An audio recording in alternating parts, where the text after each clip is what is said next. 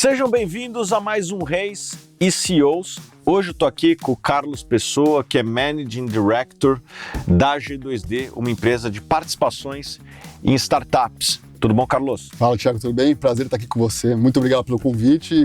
Cara, esse programa é excepcional.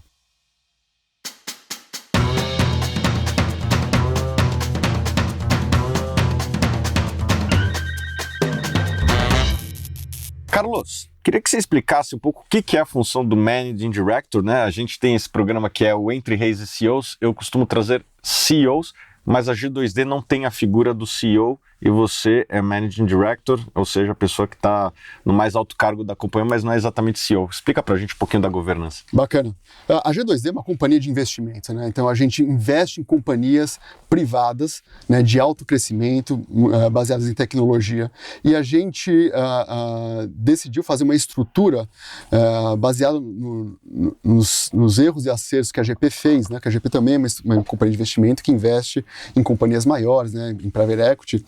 E quando fez o IPO lá atrás, a gente tinha diversos fundos embaixo, com diversos sócios tocando cada um desses fundos. Esses fundos, né, têm uma remuneração específica, né, quando dá o retorno, que é calculada às vezes muito tempo depois que o próprio Managing Director saiu, né? Então é uma estrutura confusa, né, de bonificação, de retenção de talento. Então a gente achou que simplificaria bastante esse processo se a G2D fizesse um contrato com a GP, né, e utilizasse toda a infraestrutura da GP. Então, ao invés de eu duplicar a estrutura da GP, contratando, né, CEO, analista e tudo mais, por que não já utilizar a capacidade que a gente tem na GP para poder fazer a gestão, né, desses ativos e o sourcing desses ativos?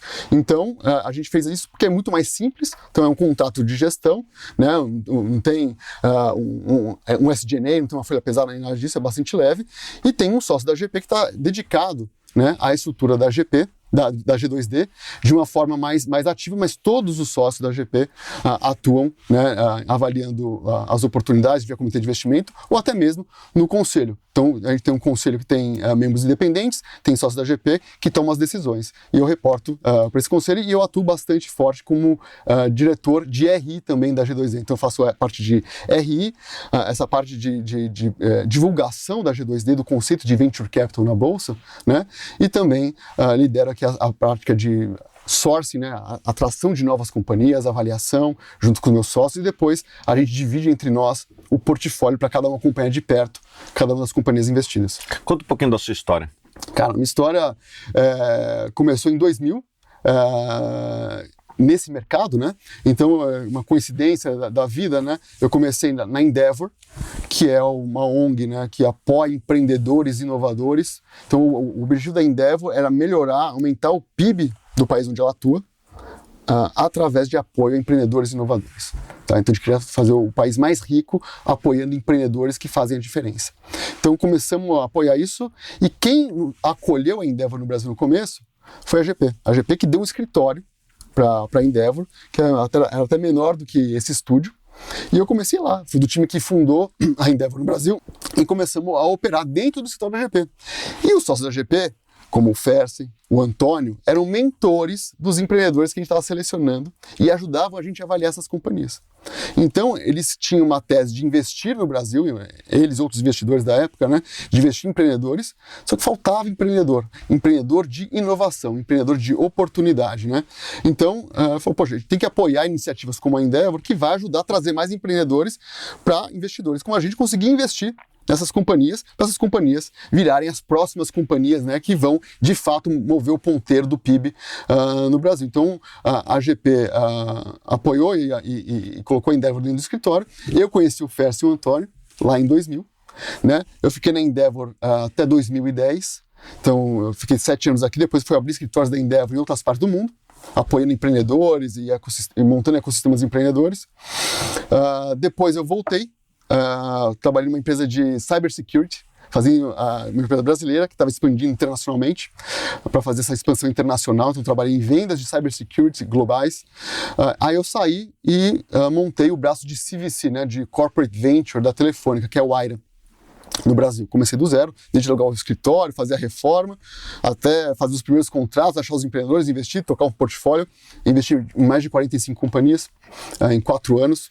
Então comecei antes eu apoiava empreendedor, ajudava empreendedor, e depois eu comecei agora a investir dinheiro de fato, né, nessas companhias.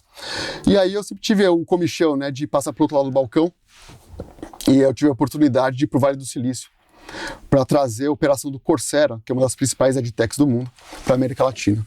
Então, montei a operação deles aqui, a gente saiu de 1 milhão de usuários na região para 4 milhões de usuários na região, quando eu estava tocando a operação. E aí eu comecei a fazer investimento anjo em paralelo, né? E aí várias pessoas começaram a me procurar, fazer investimento anjo e tudo mais. E aí eu decidi vir para essa parte de fundo, montar um veículo de fato. E aí o Fersen e o Antônio, como a gente tinha contato desde 2000, né, porque a gente ajudou a montar a Endeavor aqui, falou, poxa, você não quer vir aqui para a GP e ajudar a gente a institucionalizar, né, uma tese de investimento em tecnologia, que a gente já está fazendo algumas coisas, mas a gente queria alguém focado olhando isso? Vem para cá, a gente já se conhece há 20 anos, então vai ser ótimo ter você aqui para poder construir isso com a gente. E eu fui para a GP para montar esse braço lá de se institucionalizar nas práticas que já estavam fazendo dentro da GP, que hoje é a G2D. Então vamos falar, o que é a G2D? A G2D é uma empresa de investimento em Venture Capital, né? E é importante falar isso porque Venture Capital está muito associado a fundo. Quando você fala fundo de Venture Capital, né? Na verdade, se você for ao rigor ali, ao pé da letra, é até errado falar o fundo de Venture Capital, porque o fundo é um veículo.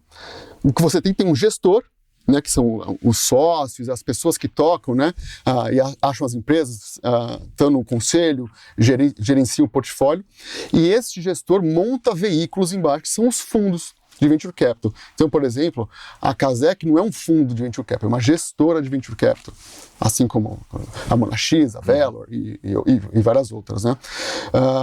Então, elas captam recurso com investidores privados, né? Normalmente são grandes fortunas, famílias muito ricas ou investidores institucionais, né? Tem que ser pelo menos investidor profissional ou qualificado, né? Para poder investir no fundo, por regra da CVM aqui no Brasil.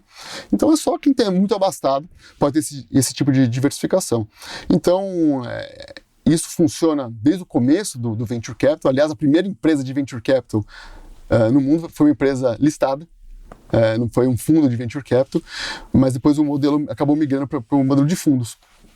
Então você capta esse dinheiro, você tem um período de investimento como gestor, então você fala, olha, minha tese de repente é Health Tech ou Fintech, e eu vou investir em empresas pré-PowerPoint ou que já tem receita, enfim, você monta uma tese qualquer, convence que você vai executar essa tese e faz os investimentos, acha as empresas, analisa e investe naquelas que você achar melhor. Você tem um período para fazer isso, né? Normalmente 4, 5 anos, e depois você tem um período já acordado com seus investidores de desinvestir, porque você precisa retornar esse dinheiro, né? E esse dinheiro durante esse tempo fica ilíquido. Então você investidor se comprometeu, colocou o dinheiro lá, mas esse dinheiro foi para uma empresa, essa empresa tem o seu timing, né, para poder se maturar, e depois, ela dando certo ou não, o dinheiro pode voltar ou não, né, para o bolso do investidor. É assim que funciona, você fica 10 anos, 12 anos ilíquido. Tá? Essa é a dinâmica. A gente decidiu fazer um veículo de capital permanente, uma empresa de venture capital. O que significa isso? A gente é uma empresa que tem ativos, né? Já tinha empresas que já tinha investido de alto crescimento. A gente queria, era uma estratégia proprietária da GP, tá? E a gente queria trazer mais dinheiro porque essa estratégia começou a dar muito certo. E aí deu mais certo do que o nosso capital próprio conseguia bancar. Então a gente colocou todas essas participações que a gente vinha fazendo embaixo de uma holding chamada G2D. E aí a gente captou, fizemos um IPO no mercado. Como qualquer empresa que quer crescer, né, abre capital na bolsa, traz mais capital para executar o seu plano. E foi assim que a gente fez. Faz 1 ano e meio, mais ou menos, em maio do ano passado, a gente abriu capital, foi via BDR, então a gente abriu capital em Bermuda, que a G2D está constituída em Bermuda, né, mas a liquidez toda está no Brasil através de BDRs, do G2D e 33. E aí a gente pegou esse caixa e está investindo em companhias executando a nossa tese, que é investir em companhia de alto crescimento, que não é mais startup, que já passou a barreira do startup. Então, só para vocês terem uma ideia, o faturamento médio das companhias do portfólio da G2D, esse ano cresceu no primeiro semestre 20% versus o primeiro semestre do ano passado, e esse foi um ano de crise, e o faturamento médio está em torno de 110, 120 milhões de reais por empresa. Então não é startup. É uma empresa que já está aprovada, tem canal de distribuição, tem funcionário, tem cliente, tem balanço, né? E então a gente acredita que é o melhor risco-retorno aqui. Uma companhia que tem muita estrada pela frente para crescer, mas o risco dela quebrar, né, de fechar, que é o risco maior de uma startup, já ficou para trás. Quais são os principais ativos do portfólio hoje? Cara, hoje a gente tem uma estratégia bastante diversificada. A gente fez isso por desenho mesmo, por estratégia, né? Então a gente não queria ficar refém de uma geografia. Então a gente sabe o que é ficar refém só do Brasil, ou só dos Estados Unidos, ou só da Europa. Então a gente queria poder criar uma diversificação geográfica primeiro. Então, a qualquer determinado momento do tempo, eu queria olhar para o meu pipeline e falar aonde eu vou ter o melhor retorno, a melhor equação risco-retorno. É nessa oportunidade que eu estou olhando no Brasil? É nessa nos Estados Unidos? Ou é nessa aqui na Europa? Né? Se eu só estou olhando no Brasil, eu tenho um universo muito limitado. Né? Então, hoje as oportunidades que recebem nosso investimento competem globalmente para receber esse investimento. Então, esse é o primeiro momento. E aí a gente consegue, né, reduzir um pouco a exposição a ciclos macroeconômicos específicos de uma região ou de outra. Né? É o primeiro ponto. Isso é uma diversificação de moeda. Então, a gente tem exposição ao dólar, ao real, ao pound e ao euro. Porque a gente tem companhias nessas geografias todas. Né? Então isso também acaba balanceando o risco. E a terceira camada é diversificação de estratégia. Então eu sempre falo, quando as pessoas vão me perguntar, poxa, eu quero investir em venture capital, como que eu faço? Vou colocar esse dinheiro num fundo, ou vou colocar um dinheiro aqui nessa startup que um amigo meu conhece, que parece que é super boa, vou entrar de anjo. Eu acho que esse é o pior modelo para você abordar qualquer tipo de estratégia de investimento. Então, se você quiser investir em venture capital, é bom você ter uma estratégia de diversificação. Então, não colocar num fundo específico, coloque em alguns fundos específicos. Né? Em alguns fundos, um fundo de fintech, um fundo que foca só em Brasil generalista, um fundo que vai olhar Estados Unidos, um fundo que olha Europa, e assim você consegue mitigar. Né? Startup, colocar num anjo, né, numa startup única, se você tem um acesso diferenciado, né, a startups boas, se você realmente é um polo de atração, talvez você tenha um edge e faz sentido você investir. Mas se você não tem isso, confiar no amigo do amigo que conhece, que tem um programador que saiu da Poli e por isso é bom, você tem que ter uma carteira muito diversificada. Tem estudos que mostram que tem que ter uma carteira de pelo menos 100 empresas para ter uma chance razoável de dobrar o seu capital em 10 anos. Para você ter 100 empresas e tiver um tipo de análise mais ou menos efetiva, você tem que avaliar pelo menos umas 500 mil empresas. Você fala, pô, essas 100 aqui, dessas 1000 que eu avaliei, são realmente boas. Você não pode investir nas 100 primeiras que passar. Né?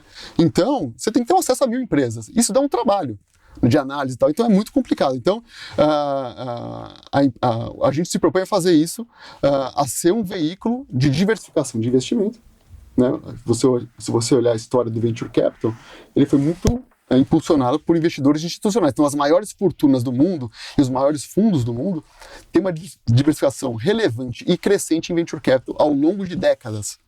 Então, é importante ter a diversificação em Venture Capital e ter um horizonte de longo prazo. Né?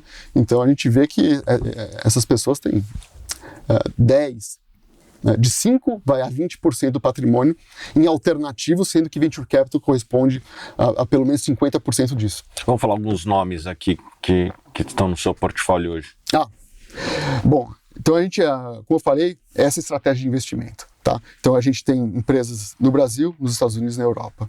Tá? No Brasil, a gente teve um foco inicial muito grande em fintech. Né? Fintech foi muito beneficiado no Brasil por conta de vários ajustes na regulação que o Banco Central vem fazendo nos últimos anos. Né?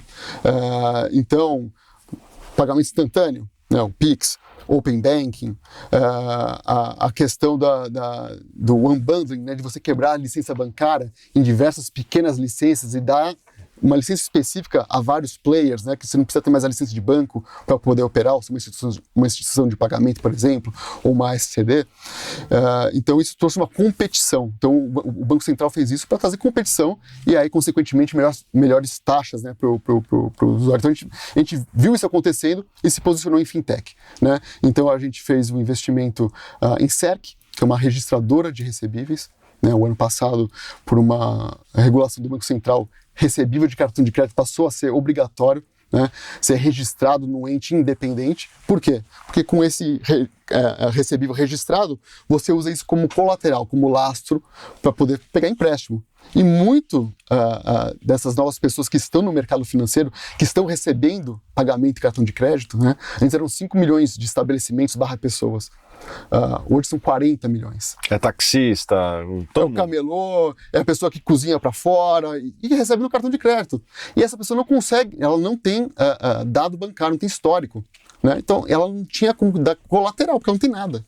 Agora, se ela registrar esse colateral, e agora é obrigatório, ela pode dar aquele recebível como colateral e receber um empréstimo numa condição muito mais vantajosa do que tinha antes, com taxas muito menores. E por isso que o Banco Central colocou essa obrigatoriedade, para trazer crédito mais barato e seguro para essas 40 milhões de entidades que estão agora circulando e cobrando na maquininha, né? Open Banking, uma outra iniciativa do Banco Central. Então tudo isso está trazendo competição. Então a gente tinha antes, sei lá, 5 ou 20 instituições de pagamento ou de bancos e tal, fazendo. Hoje são mais de 240. Multiplicou por 20 esse mercado, em pouquíssimo tempo. Né? Isso trouxe o quê? Uma competição. Isso trouxe o quê? Inclusão. Né? De 5 milhões para 40 milhões. Então a CERC é essa. Tem a 2TM, que é a hold do mercado Bitcoin. Então a gente aprendeu bastante sobre cripto quando a gente investiu em Coinbase, via a Expanding Capital, que é o nosso braço lá no Vale do Silício, que tem um portfólio de empresas lá nos Estados Unidos. E a gente acompanhou de perto a Coinbase. A gente conseguiu retornar 30 vezes o capital no IPO da Coinbase. A gente vendeu nossa participação, esse dinheiro voltou para o caso da G2E, a gente investiu em novas companhias. Então a gente viu esse movimento acontecendo nos Estados Unidos e falou, poxa, isso vai acontecer no Brasil. Quem são os empreendedores, as companhias que estão despontando nesse mercado? A gente identificou o mercado Bitcoin, já tinha uma relação com os sócios ali, porque a gente já tinha investido em uma companhia deles no passado, via GP, e aí investimos no mercado Bitcoin, não somente por conta do trade de cripto, que é uma tese que eu acho que é válida, mas tem a questão da tokenização e de criar um mercado de trade de token e um mercado de finanças descentralizadas. Então, o mercado Bitcoin tem essa tese. A gente gosta de teses de infraestrutura, como a CERC, com o mercado Bitcoin. Então, a gente acabou investindo. E o ano passado teve uma marcação, tem um Series B, que marcou a companhia um valor muito superior ao custo que a gente trouxe a 2TM, né, no nosso IPO, que trouxe uma marcação de 19 vezes o dinheiro. A gente fez uma secundária pequena, parcial, recuperando nosso custo inicial com algum lucro, e agora tudo que a gente tem no mercado Bitcoin é lucro, né? Então é upside, então esse custo já foi mitigado. Temos também a Blue, que é uma companhia que tem meios de pagamento. Ela começou com maquininha dela para varejistas em cadeias de valor muito específicas, como móveis, colchões, óticas, calçados. Então são cadeias de valor onde o supply, né, onde a oferta é concentrada na mão de pouquíssimos fabricantes e a demanda vem através de milhares de pequenos varejistas. Então, a inadimplência era relativamente alta, o poder de barganha era muito baixo e a aversão ao risco dessa indústria para dar crédito para o varejista na ponta era muito alta, porque tinha calote. Então ela criou um sistema que liga essa cadeia de valor inteira e garante que aquela indústria vai receber, ela trava na maquininha o recebível, né, de cartão de crédito, e garante que aquela indústria vai receber. Então, seguro inadimplência que ela faz. E aí, com isso, ela consegue vender mais para o varejista. Porque antes um gargalo do varejista era vender porque ela não tinha crédito da própria indústria. Então, a Blue cresceu muito. Quando a gente investiu neles, tinham um pouco mais de 1.000 varejistas usando. Hoje são mais de 12 mil varejistas usando, e uma companhia que tem um volume transacional gigante, recebeu ano passado também um cheque relevante da Warburg Pincus, né, que é um fundo de primeira linha e global, e a gente também fez uma pequena secundária, né, recuperando o nosso custo, e tem agora o upside todo ali nessa companhia. Então, fintech, infraestrutura de fintech, é algo que a gente gosta bastante. Temos a Digibi no Brasil, que é um SaaS, É uma plataforma de SaaS B2B para integração de plataformas, né? Uma companhia que está crescendo muito. Então, ano passado eles tiveram aí 7 milhões de dólares de receita anual recorrente em dezembro. Em junho desse ano já bateu 16 milhões de dólares e a ideia e o plano é em dezembro de 22 agora chegar a 22 milhões de dólares. Então a companhia vai triplicar a receita anual recorrente dela em um ano, em dólar. Né? Então, é esse tipo de companhia que a gente está falando, né? De tamanho de companhia, de porte, de estrutura e de crescimento. Então, isso é uma tese. Então, fintech e companhias de tecnologia diretos aqui no Brasil. A gente tem uma outra tese que a gente gosta bastante lá na Europa e nos Estados Unidos, que é consumo. Marcas de consumos disruptivas. E para isso a gente montou a The Craftery, né? Que é uma casa de capital permanente lá, que é como se fosse uma Unilever 2.0, ou 3.0, que investe em marcas disruptivas. O mercado de consumo, a gente sempre fala de tecnologia e tal, mas o mercado de consumo é um mercado 3 vezes maior do que o mercado de tecnologia. Né? Porque as pessoas, é água, é o snack, é a comida, é a roupa, é muito maior, está muito mais presente na nossa vida do que tecnologia. E é um mercado que investe muito pouco em inovação.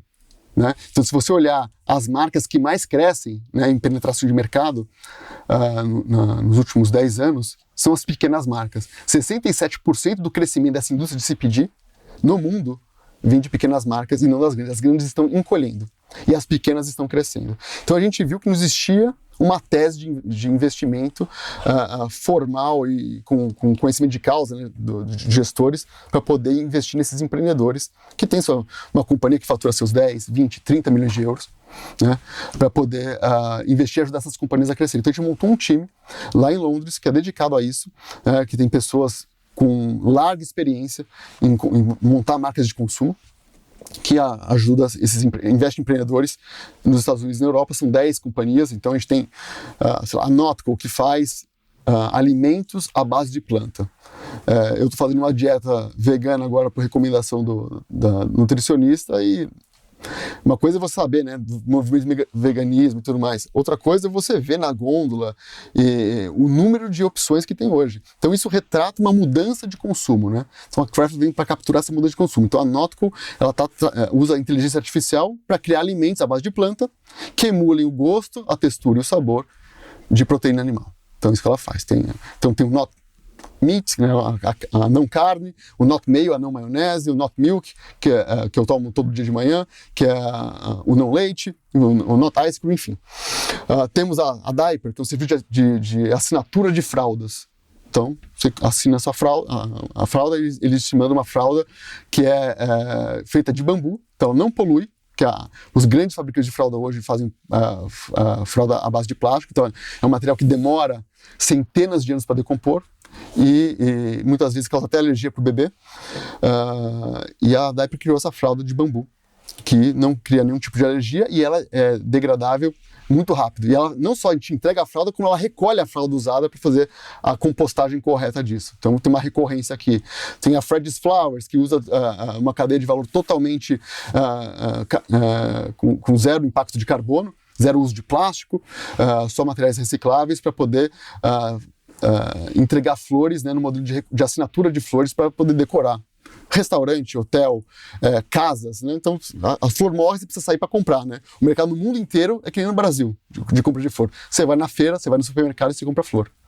Você só compra flor de presente online quando é um presente.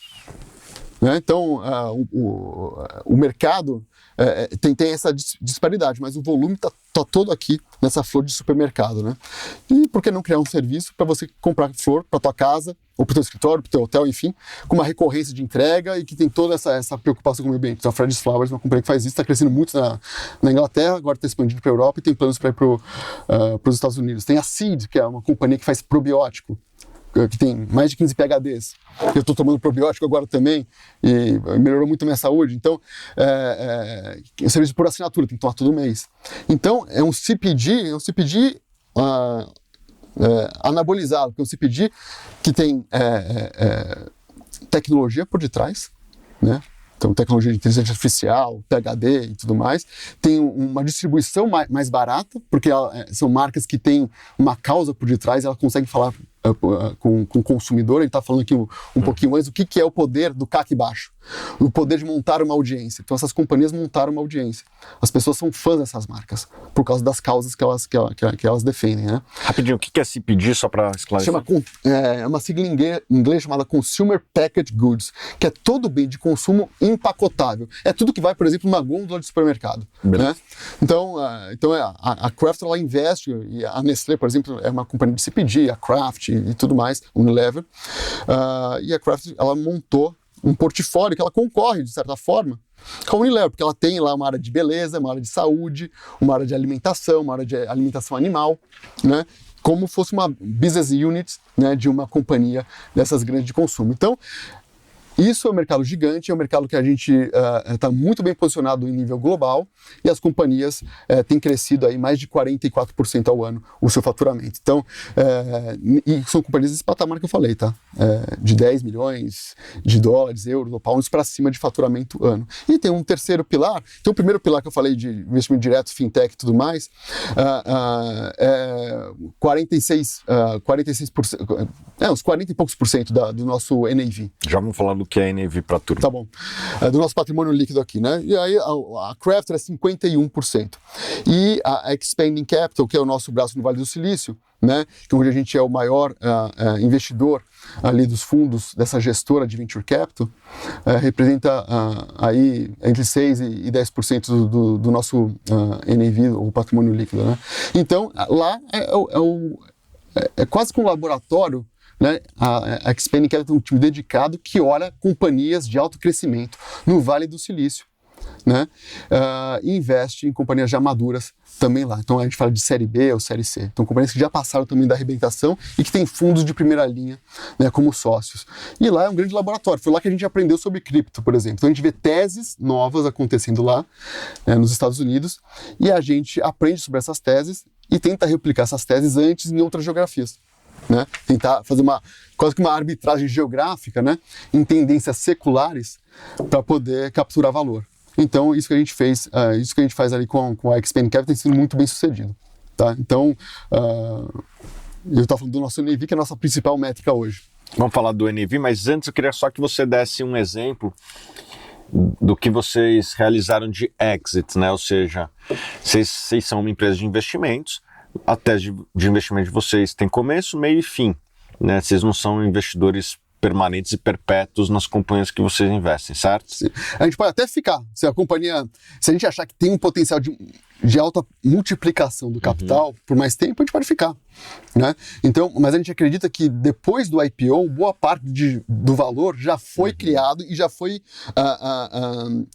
oferido pelos investidores. Mas vocês são, sei lá, diferente de uma Itaúsa ou de uma Gerdau Metalúrgica, que é uma holding que não pretende, até onde eu sei, vender a participação que eles detêm no Itaú. Exatamente. Né? Exatamente. Tudo que vocês têm, entre aspas, está à venda no preço certo. Está à venda no preço certo, e provavelmente quando chegar ao IPO e a gente achar que aquilo é o preço correto e vai ter um retorno substancial, até porque o investidor vai poder comprar no mercado depois, é o nosso dever vender, reciclar esse capital e investir em novas companhias. Beleza. O que vocês já fizeram de começo, meio e fim até agora? Cara, por exemplo, Coinbase. A gente investiu lá atrás na companhia, que hoje é o principal exchange de cripto nos Estados Unidos. A gente fez um investimento quando a companhia valia menos de $1 bilhão e a gente conseguiu, em poucos anos, vender essa companhia no IPO dela e recuperar 30 vezes o capital investido. O mercado Bitcoin foi a mesma coisa, a gente também fez um investimento, trouxemos no nosso balanço o valuation a custo da companhia, uma nova transação marcou essa companhia 19 vezes acima do que a gente tinha colocado, a gente recuperou de volta também numa secundária caixa, então não é que alguém marcando e a gente não é dinheiro de papel, é dinheiro de fato que entra no caixa, né? E a gente reciclou. A Blue, a mesma coisa, né? Então sempre a gente está olhando a equação risco-retorno. A gente quer ter o melhor equilíbrio de risco-retorno e a gente entende que muitas vezes fazer uma pequena secundária para poder recuperar o capital e tudo mais, se a oportunidade aparecer, né, faz sentido e é saudável para o business. Você vê A Astra, que é uma companhia de foguete que fez um SPAC nos Estados Unidos também, a gente fez um exit. A Clover Health, que também fez um IPO via SPAC, né, nos Estados Unidos, também a gente fez um exit, enfim. Então, a gente tem essa tese, e as companhias que a gente investe são companhias pré-IPO, né? São companhias que já faturam seus 20, 30, como eu falei aqui, 90, 100, 120, 150 milhões de reais ano, né? E em muitos mercados já está credenciado para fazer IPO. Então, se ela esperar mais um pouquinho, vai estar muito mais parruda. Então, a chance de liquidez acaba ficando mais próxima, né? Obviamente tem um ciclo, né? 9 mulheres grávidas não fazem filho em um mês, apesar do que o mercado, né, de investimento privado no ano passado achava que fazia, né? Mas tem o tempo de maturar uma companhia, né? Pode ser 2, 3, 4, 5 anos, né? Mas a gente está mais próximo do final desse ciclo quando a gente investe do que a maioria dos fundos de venture capital que investe, né, com uma outra tese e uma outra relação de risco-retorno, mais no início da trajetória de uma companhia. Você falou do NAV, né? Vou traduzir aqui para quem não conhece essa sigla. Net Asset Value, em português seria o valor líquido dos ativos. Por que essa métrica é importante? O que ela significa para o investidor? A G2D, como uma companhia, né, de investimentos, ela tem duas coisas. Ela tem os ativos, né, que são as participações das companhias que a gente investiu, e tem o caixa, né? Então o NAV ele traduz exatamente isso. Então a gente teve um aumento do nosso NAV por ação de 25% desde o IPO, né, que foi há 1 ano e meio atrás. A gente decidiu, na última divulgação de resultados da G2D, fazer um reajuste desse NAV para baixo, né? Então a gente diminuiu o valor do portfólio, a gente fez uma análise, né, com os auditores em 21%, de forma voluntária até, né? A obrigação é fazer isso uma vez por ano, mas a gente viu que o mercado todo, né, público se ajustou frente à nova realidade macroeconômica, né, onde as companhias de tecnologia sofreram, né, bastante com perda de mercado, perda de valor de mercado. A gente falou, a gente tentou ser o mais transparente possível e refletir isso no nosso balanço. Então a gente, de forma voluntária, decidiu reavaliar as companhias à luz do que está acontecendo no mercado público. E marcamos essas companhias para baixo, o que resultou numa perda, né, uma diminuição do nosso NAV e, consequentemente, no prejuízo no período avaliado aqui. Mas as teses, né, continuam firmes, as empresas, eu estaria muito preocupado se as empresas não estivessem crescendo, elas estão crescendo, né? Então, as empresas do nosso portfólio. Então, eu acho que a tese de tecnologia, né, a tese de desintermediação, a tese de investimento em empresas privadas continua e é muito forte, são tendências meio que seculares, não volta atrás, né? Então, companhias privadas, uma tendência que a gente vê ao longo de décadas, companhias privadas de alto crescimento estão ficando privadas por mais tempo. Então elas estão atrasando o IPO. Por que isso acontece? Porque tem muita liquidez no mundo. Então tem muito dinheiro indo para companhias privadas. E por que tem muito dinheiro indo para companhias privadas? Porque o número de companhias listadas está diminuindo. Ou porque fecha o capital, ou porque a companhia some, porque a companhia é adquirida, enfim. O número de companhias está diminuindo. Então, nos Estados Unidos é quase que 50%. Né, nas últimas décadas, o número de companhias listadas. Então tem isso. Então o investidor sofisticado que investe em ação está diminuindo as opções de investimento.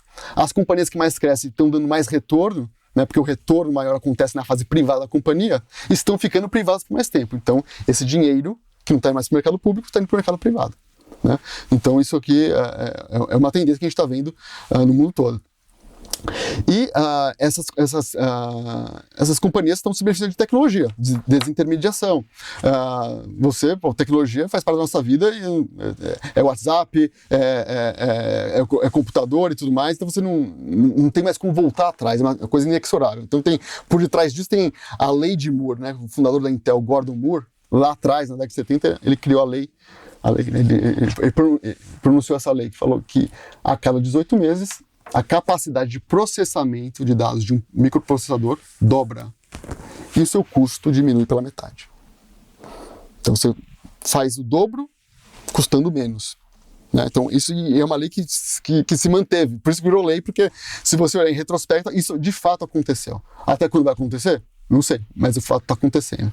E qual que é a derivada disso? A derivada é que o custo para você montar uma startup de tecnologia caiu. Antigamente, quando eu comecei nesse mercado, você tinha que levantar $1 milhão, $2 milhões para gastar em servidor, em licença Microsoft e licença Oracle. Eu comecei a Suno com menos do que um carro popular. Tá aí. E hoje caiu ainda mais. Então a gente vê esse custo, porque o custo vai caindo. A cada 18 meses ele diminui pela metade. Então, mas por um lado o custo caiu, por outro, tem mais gente tentando. A competição aumenta. Você concorda? Tem mais gente tentando. Tem gente boa, tem gente ruim, enfim, mas isso é uma coisa. E outra coisa que é um professor do MIT, que é o Nicolas Negroponte, falou também no final da década de 90, ele promulgou uma lei, né, que eu falo que é a lei do Negroponte, que ele diz que todo átomo que pode virar byte, vai virar. O cara falou isso no meio da década de 90. E de fato, isso aconteceu. Tudo que era átomo que podia virar byte, está virando. Né? Então você não tem mais uma agenda de papel, você não tem mais o jornal, você não tem a revista, você não tem uma agenda de telefone, você não tem mais o correio, está tudo no celular, foi tudo virando byte. Então isso é uma coisa inexorável, é secular. Então, se essas duas leis estão corretas e tendem a continuar, então tecnologia tende a ser uma tese importante e relevante. E se você olhar as últimas décadas também, metade do crescimento no mercado de capitais dos Estados Unidos, nos últimos 5 anos, veio de teses de crescimento, e não velho. Né? Então, você vê que também tem essa questão aí do crescimento se mostrando no longo prazo como uma tese viável. Enfim, então, só estou falando de algumas coisas aqui específicas que estão por detrás da tese da G2D. Mas como você faz para acessar isso como pessoa física? Você tem que ser investidor profissional ou qualificado, conseguir entrar num fundo, porque por mais que você ser qualificado ou profissional não te qualifica a entrar no fundo, te qualifica legalmente, não quer dizer que você vai ter acesso. Aí montar uma estratégia em diversos fundos, em diversas geografias, para ter uma estratégia diversificada em VC, é complicado. A gente colocou tudo isso dentro do papel. Diversas geografias, diversas teses, diversas moedas, num papel único, que você pode, ao contrário de um fundo de VC, que fica 10 anos, né, e líquido, você pode, se mudar de ideia, vender na Bolsa. E a gente está agora divulgando esse trabalho, essa tese, essa classe de ativo na Bolsa, educando para poder ajudar não só o papel, mas os investidores a ter esse tipo de diversificação. Vamos falar de dividendos. Muitos investidores buscam dividendos. Será que a G2D é um papel para esses investidores? Olha, hoje a G2D é um papel de crescimento. Então, olha a G2D como uma empresa que está numa fase mais inicial, né, que ela está crescendo, que captou dinheiro no mercado para poder executar um plano de crescimento, que é o que a gente tem feito nesse 1 ano e meio. Né? Então, independentemente de como o mercado de capitais tem reagido para papéis de tecnologia, incluindo da G2D, a gente vê que o nosso NAV por ação, né, o nosso NAV por ação, vem aumentando. Né? O faturamento das companhias vem aumentando. Então, as companhias da G2D não distribuem dividendos, porque o melhor uso do capital para elas é investir no crescimento da própria companhia, para ela ficar mais relevante e ganhar mercado, dado que existe essa oportunidade. Né? Então, enquanto a gente acreditar que existe a oportunidade de crescer e fazer mais investimentos, que é o que o nosso pipeline de oportunidades hoje mostra, né? A gente tem como tese inicial remunerar o investidor através da apreciação do papel, porque se o NAV vai apreciando, em tese o papel deveria apreciar, o que a gente viu acontecendo com os nossos pares na Europa e nos Estados Unidos. Né? Então, o acionista, né, no médio e longo prazo, vai ter um retorno pelo papel, né, que vai se apreciar. E em algum determinado momento, quando se tiver muito caixa, vender uma companhia relevante, voltou muito caixa e a gente não tem uso claro para aquilo naquele momento, a gente pode fazer uma distribuição extraordinária de dividendos e remunerar o acionista também dessa forma. Mas hoje, a gente está numa fase de crescimento, porque a gente acredita na tese e a tese tem se mostrado acertada. São empresas boas que crescem e tem muita oportunidade ainda para a gente investir. Então, por enquanto, a gente está executando a tese inicial. Bom, vamos falar do mercado de Venture Capital. Como ele estava e como ele está e quais as consequências para a G2D? O mercado de Venture Capital é um mercado... Venture Capital é uma classe de ativa relativamente nova, começou aí, vai, final da década de 60, 70, foi crescendo, era uma coisa muito pequena, ainda é muito pequeno, frente ao mercado público, frente ao mercado de dívida, é uma coisa assim, é irrisório, o mercado de venture capital mundial é menos de 1%, frente ao mercado de global equities ou mercado de dívida, por exemplo, né? Mas é um mercado muito interessante, porque esse mercado, esse menos de 1%, né, desse mercado de capitais, ele proporciona a criação das empresas que corresponde a 60% do mercado de capital, do valor, do market cap das principais bolsas do mundo. Então ele é irrelevante aqui, é absurdo, é menos de 1%. Mas a geração dele ecoa para o resto, por décadas a vir, né? Porque possibilitou que companhias inovadoras que não tinham como se financiar, né, se financiassem, crescessem, provassem suas teses e conquistassem ou até criassem novos mercados. Então, dá para falar que um dia a indústria de petróleo e de energia elétrica já foi VC-backed? Sim, a indústria, a Companhia das Índias, que, né, ia buscar especiarias, foi o primeiro VC, né?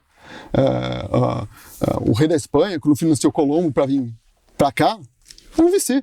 Ele está colocando risco. Né? Eu estava falando com um investidor do Silicon Valley uma vez, o Tim Draper, o fundo dele é uma referência lá e tal, e ele falou sobre valuation early stage, faz alguns anos, ele falou, olha, eu faço o método de Colombo. Eu falei, como é o método de Colombo? Seguinte, o Colombo chegou pro rei e falou que ele acreditava que tinha lá terra, que ele ia poder explorar e trazer as riquezas, e falou o seguinte, tá bom, eu vou colocar o dinheiro aqui no risco, do que voltar, metade é meu. 25 para você e 25 para sua tripulação. É isso. Então é uma transação de venture capital, é um risco, não sabia se as pessoas iam voltar, normalmente as pessoas não voltavam, né? Antes disso já era a caça de baleias, né, para pegar o óleo de baleia. Hoje ficou até melhor pro empreendedor do que era nessa época, hein? Por quê? Tem competição. Uhum. Então a liquidez do mercado que aconteceu, estou voltando aqui, então 2020, então a indústria foi crescendo, tem todos esses drivers positivos, o excesso de liquidez do mundo só vem aumentando, e o ano passado, muitos investidores que não estavam mais fazendo dinheiro no mercado público, que só faziam empresas públicas, começaram a entrar no mercado, né, de empresas privadas, e aí teve um caminhão de dinheiro aqui, e mudou a ordem das coisas, né? Então, antigamente, você via as empresas captando, sei lá, dinheiro a cada 18, 24 meses depois do round, né? O ano passado, caiu para 7 meses e meio. É a tal das 9 mulheres grávidas fazendo um bebê em um mês. Tem o ritmo das coisas, né?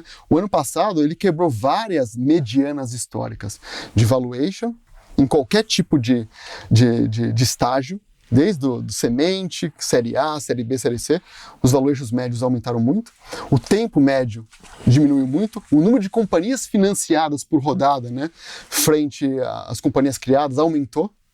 Então o mercado ficou menos seletivo, de forma geral, financiando muito mais empresas proporcionalmente do que na média histórica, então não tinha como dar outra coisa, né? E aí, mas o que é isso? É muito dinheiro entrando, quando tem muito dinheiro entrando, tem uma competição por um ativo escasso que é empreendedor, muito bom, times muito fortes, tecnologias muito boas. E aí acabou tendo uma inflação nesse preço, né? E aí, para poder conseguir espaço, você muitas vezes suavizava ou nos termos, né, da negociação, seja valuation, ou seja nos termos mesmo do acordo de acionistas, né? E aí foi muito bom para os founders, né? Mas qual que é o ponto agora? O ponto é que muito fundador de companhia que levantou dinheiro num valuation muito alto e não tinha um bom unit economics, ou seja, perdia dinheiro a cada produto ou serviço vendido, né? E era financiado com caixa de fundos de investimento, de venture capital, teve que cortar na carne para poder preservar pista, né? Para ter caixa para poder passar. Por isso que é passageiro, né? Mas teve que cortar. E muito founder só viveu essa época, não viveu uma época anterior, onde não tinha tanto capital abundante, tinha que ser mais criativo. Então, está tendo um período aí de ajuste que é muito importante. Vamos para as perguntas da galera. Olha aqui, pergunta boa do Luiz GMR. Qual startup investida pela G2D tem o maior potencial de multiplicação do capital, na sua opinião, obviamente? Olha, assim, a gente tenta sempre olhar companhias, né, que tem o potencial de virar uma companhia de $1 bilhão de valor de mercado, né? Então, é muito difícil você achar mercados que comportem companhias, né, que tenham esse tipo de valor no mercado, especialmente aqui no Brasil. Então, uma companhia que a gente vê que tem tido uma trajetória de crescimento assim, incrível, e é uma companhia que pouca gente conhece, porque é uma companhia de infraestrutura de mercado, é a própria Serc, que eu falei aqui no comecinho, né? Então, é uma companhia que, só para você ter uma ideia, fatura mensalmente em 2022 o mesmo que ela faturou o ano inteiro em 2020. Né? Esse ano, a companhia deve fechar aí com uns 20 milhões de reais de faturamento mês. Né? Então, o faturamento de 2020 também foi inteiro no ano, foi de 20 milhões de reais, e deve chegar aí a 250 milhões de reais de faturamento. Uma companhia que cresceu 12 vezes, né, em faturamento, né, em 2 anos. Então, isso porque a gente está falando só da vertical que ela está hoje muito bem posicionada, que é recebível de cartão de crédito. A maior vertical, né, desse segmento é o registro de duplicatas, que ainda não foi tornado obrigatório pelo Banco Central. Quando isso acontecer, é um mercado de alguns trilhões de reais, né, para a Serc e outros players, né, mas a Serc a gente acredita que é o que está mais bem posicionado, com 80% do mercado hoje, para poder abocanhar. Então, aqui, uma tese de fintech, você vê isso claramente, né?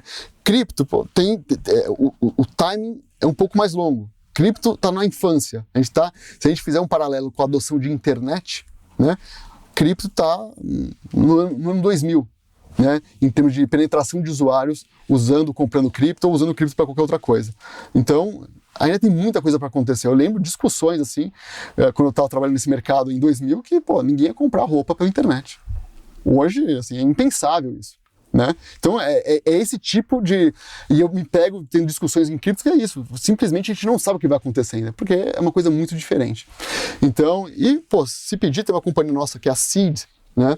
Que cresce, que é uma companhia de probióticos, que cresce assim, horrores, assinatura de probióticos nos Estados Unidos, e ela cresce com uma margem EBITDA super saudável, e no mercado aí que está despontando, que é essa parte aí de probióticos. Então, cara, eu acho que assim, lá fora eu gosto muito da estratégia de Seed, que era uma coisa completamente fora do radar. No Brasil, acho que Serc é uma coisa também fora do radar, difícil de executar, então ela tem uma barreira de mercado interessante e um mercado potencial apoiado pelo regulador que é assim, infinito. E é difícil achar mercados infinitos no Brasil. Tem mais 2 perguntas do Luiz GMR. Eu não conhecia esse usuário aqui da plataforma, mas ele é um cara que aparentemente acompanha bastante. Ele falou assim, mesmo com o cenário de startups menos movimentado, o que você projeta para os próximos anos? Olha, o cenário de startup, eu acho que eu não concluí o que eu estava falando antes, né? A gente viu um ajuste. Né? A gente viu um ajuste no mercado público que agora acabou afetando o mercado de empresas privadas. O ajuste veio por conta de pandemia, de guerra, de alta inflação, por conta de estímulo macroeconômico que os governos colocaram na economia, para a economia não parar durante a pandemia, né? De quebra, de ruptura nas cadeias de valor. E aí, para contrabalançar a inflação, o que aconteceu? Aumento da taxa de juros. Como as companhias de crescimento e as companhias de tecnologia, né, não só as da G2D ou de Venture Capital, mas as companhias de tecnologia listadas também são companhias de crescimento, elas são avaliadas descontando os fluxos de caixa futuro. E aí, como o juros subiu, o valor de mercado delas caiu por conta disso. Né?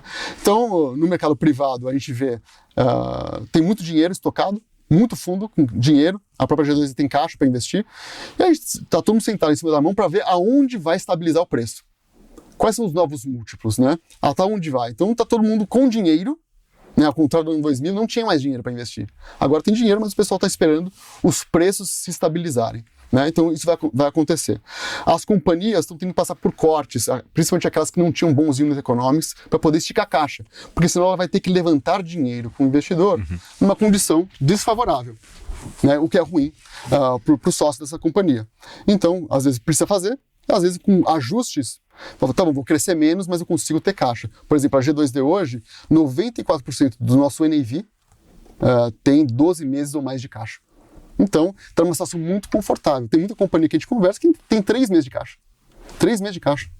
Então, a gente sempre tentou pegar em companhias que tinham bons unit econômicos por conta disso, porque a gente sabe por estar 30 anos no mercado, que o mercado vem e volta em ciclos. E às vezes tem dinheiro, às vezes não tem dinheiro. E agora ele está virando uma coisa que tem dinheiro, porém o dinheiro não está indo. Mas isso vai voltar. Quando o mercado estabilizar o preço, vai voltar, porque esse dinheiro precisa ser investido nessa classe de ativo, porque o investidor deu dinheiro com esse mandato, e ele tem prazo para expirar, então esse dinheiro vai acontecer e vai entrar. E a terceira e última pergunta do Luiz, eu peguei o Luiz aqui porque eu acho que são as perguntas mais relevantes. Qual a duração média dos investimentos da empresa? A gente acredita que é por volta aí de 5 anos, né? Sei lá, a Coinbase foi menos, né? Então, o bom de ser uma empresa de capital permanente é que quem dita a hora de sair é a gente e não o regulamento, né? Então eu saio quando eu achar que tiver o maior retorno. Se o retorno for em 2 anos, eu posso sair. Se o retorno for em 10, eu posso também esperar e sair. Você entendeu? Então, acredito que as companhias que a gente entra são mais próximas do IPO, ou elas vão ser adquiridas, e a gente está vendo uma movimentação interessante agora no mercado de M&A. Então, companhias com muito caixa, comprando companhias que têm ativos tecnológicos, têm um bom canal de distribuição, têm um bom produto, ou tudo isso junto, mas está com dificuldade de caixa porque não consegue captar no mercado, estão sendo alvo de aquisição a preços muito convidativos. Então tem a questão do M&A, tem a questão de eventual de um SPAC, né, que a gente está começando a ver uma volta, até o próprio IPO, que a gente está começando a ver no terceiro TRI, uma volta de IPO acontecendo. Então, mas respondendo de forma objetiva, eu vejo aí em torno de 5 anos, pelo menos, com cada companhia no portfólio. Vamos para a pergunta checkmate. Hoje vocês negociam com um desconto relevante em relação ao valor dos ativos, né? O que a gente falou agora, o NAV. O que a empresa pretende fazer para fechar esse desconto? Cara, assim, a G2 é uma empresa interessante, que é uma empresa única, né, no sentido de modelo de negócio, né? E a gente está trazendo para a pessoa física uma classe de ativos, uma forma de investir em empresas que simplesmente não era acessada. E como não era acessada, não era avaliada por ninguém. Nem por analista, nem por asset, por ninguém. Né? Porque era uma classe restrita a poucas pessoas muito ricas no mundo todo. Isso tradicionalmente. Então a gente trouxe isso para o mercado. Estamos trazendo essa democratização para as pessoas que quiserem diversificar a sua estratégia de investimento, ou emular, em certa parte, a carteira, né, dos grandes investidores do mundo, poder fazer isso. Então, mas tem um trabalho de educação, como a gente falou aqui do NAV, o pessoal não entende muito esse conceito, não entende muito o conceito de valuation das companhias privadas. Então a gente está tentando divulgar e educar esse mercado, né, para acontecer exatamente o que aconteceu na Europa, com players parecidos com a G2D. Né? As companhias do portfólio, elas crescem muito rápido, então quando a gente divulga o resultado, já é uma foto muito antiga. O balanço sempre é uma foto antiga. Mas para companhias já maduras, muda pouco, né? Mas para companhias de altíssimo crescimento, que crescem a 30%, 40%, 50%, 100% ao ano, a foto do balanço do último TRI já é muito defasado. Então, conforme essas companhias, né, pares da G2D lá fora começaram a mostrar consistência nos resultados, que as companhias continuavam crescendo, que os ativos eram bons, o mercado começou a precificar, a se antecipar e precificar as companhias, né, do portfólio de forma proativa. Isso fez com que essas companhias fossem transacionadas ao valor, né, do NAV, ou em muitos casos a um prêmio de NAV, porque claramente as companhias estavam a um preço muito descontado frente ao valor justo esperado. Né? Então, isso aconteceu entre 2 e 3 anos, né, do mercado se aculturar e ficar educado e entender essas métricas todas. Então a gente acredita que com a consistência que a gente tem trazido o resultado, né, o portfólio crescendo, o faturamento do portfólio crescendo, as companhias saudáveis, né, com 12 meses ou mais de caixa, com exits acontecendo e a gente retornando esse capital para o caixa da companhia, reciclando, ou seja, se a gente continuar executando a tese que a gente se propôs, que tem se mostrado acertado e a gente tem sido disciplinado, a gente acredita, como aconteceu com nossos pares, esse gap vai fechar. Mas independentemente do gap fechar ou não, né, dependendo do preço médio que você tem no papel, você pode ganhar. Então, supondo que vai ter um desconto eterno de 10% de NAV. Né? Se você entrou aí num preço abaixo disso, né, e o NAV subiu, você pode oferir resultado. Né? Então, mas não foi isso que aconteceu com as companhias pares nossas. Elas estão tradadas a NAV ou a prêmio de NAV. A gente está trabalhando aqui para isso. Então, trazer mais gente para o papel, temos 11 mil pessoas que acreditam na G2D, hoje já temos 20 mil pessoas assinando a nossa newsletter, né, se educando sobre Venture Capital, porque eu acredito que Venture Capital, independentemente de G2D, acho que todo investidor deveria acompanhar essa classe de ativo, porque é a classe de ativo que vai definir o mercado de capitais no futuro.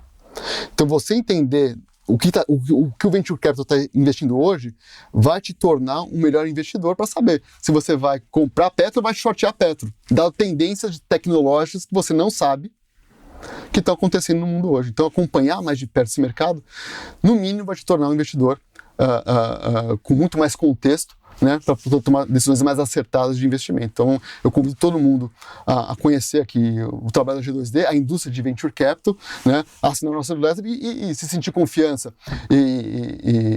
no time, na tese e principalmente nos nossos ativos, entrar no papel, porque está um preço extremamente descontado, né, dado a qualidade dos ativos que a gente tem aqui. Carlos, eu sempre abro aqui um espaço no final para você se dirigir aos seus acionistas ou potenciais acionistas. Por favor. Obrigado, Thiago. Eu vim aqui para contar um pouco mais aqui da G2D, então agradeço aqui a audiência de todo mundo. Como eu falei, a G2D está trazendo uma classe de ativos diferenciada, que sempre foi restrita a muito pouca gente no mundo todo, né? A gente está falando de mega fortunas, e a gente pela primeira vez está trazendo isso para a pessoa física, e a gente viu que a pessoa física quer diversificar, quer entender mais de Venture Capital, tanto é que já tem 11 mil pessoas, mais de 11 mil pessoas no papel. Os ativos estão performando, as companhias são inovadoras, têm defensibilidade de mercado, são companhias que faturam pelo menos 100 milhões de reais na média, né? Então não é startup, então tem uma relação risco-retorno muito mais ajustada, e a gente acredita que por isso, e por ser uma companhia listada, né, ela traz uma liquidez que permite aí um risco muito baixo para quem entrar no papel, se mudar de ideia, poder sair na hora que quiser. Então, convido todo mundo a conhecer melhor essa classe de ativos, interagir com a gente, estou super à disposição para tirar dúvidas e fazer com que a G2D Venture Capital, né, ganhe ainda mais tração aqui no Brasil para poder financiar novas empresas, que vão ser as empresas que vão abrir capital e vai trazer aí mais retorno para todos os investidores de bolsa ou não. Carlos, muito obrigado pela sua presença. Também queria agradecer a sua audiência e a gente se vê daqui a um mês em mais um Entre Reis e CEOs.